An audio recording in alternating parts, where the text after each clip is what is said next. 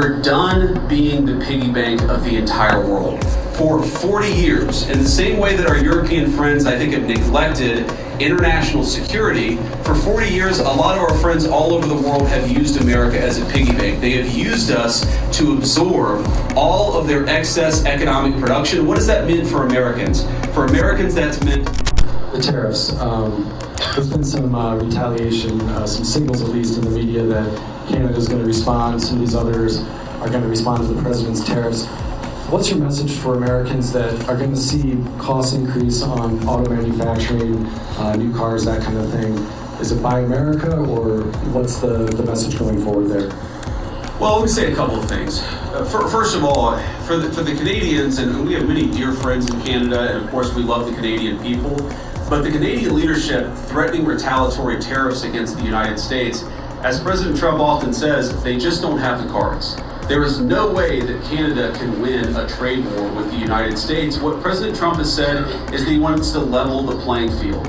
For decades, Canadian leadership has forced American farmers and American manufacturers to play by an unfair set of rules. All President Trump has said is that we're done playing by an unfair set of rules. If you're going to do something to our industries, then we're going to do something back to your industries. That's how you protect American manufacturing, and that's how you protect American jobs.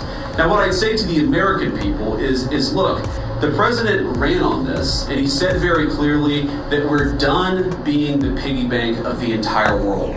For 40 years, in the same way that our European friends, I think, have neglected international security, for 40 years, a lot of our friends all over the world have used America as a piggy bank. They have used us to absorb all of their excess economic production. What does that mean for Americans? For Americans, that's meant manufacturing jobs declining, that's meant middle-class wages going down, that's meant whole towns that have been hollowed out by empty factories, and that means an America that is less safe because our manufacturing isn't as powerful now as it was 30 years ago. I've got all these brave Americans in front of me and a few behind me too. We want to send, if God forbid we have to send Americans to war, we want them to have weapons, the best weapons in the world that are manufactured in America and not in China.